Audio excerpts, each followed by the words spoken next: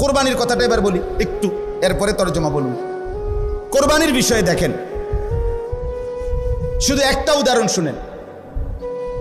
কোন মুসলমান কোরবানির 3 দিন অর্থাৎ 10ই জিলহজ কোরবানি হয়, যেদিন আমরা কোরবানি করি এটারই কয় 10ই জিলহজ। তো কোরবানির দিন এবং তার পরের 2 দিন, সাউন্ড করে দেন তো, সাউন্ড করে দেন তো।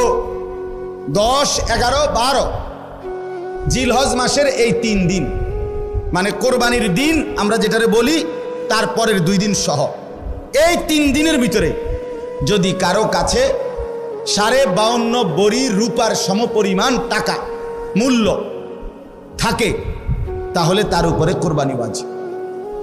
52.5 বড়ি রূপার দাম সর্বোচ্চ যদি 1000 টাকা করে হয় বড়ি, রূপার বড়ি কম, স্বর্ণের বড়ি বেশি। রূপার বড়ি 1000, 1200, 1300, কখনো কখনো 2700 টাকাও হয়।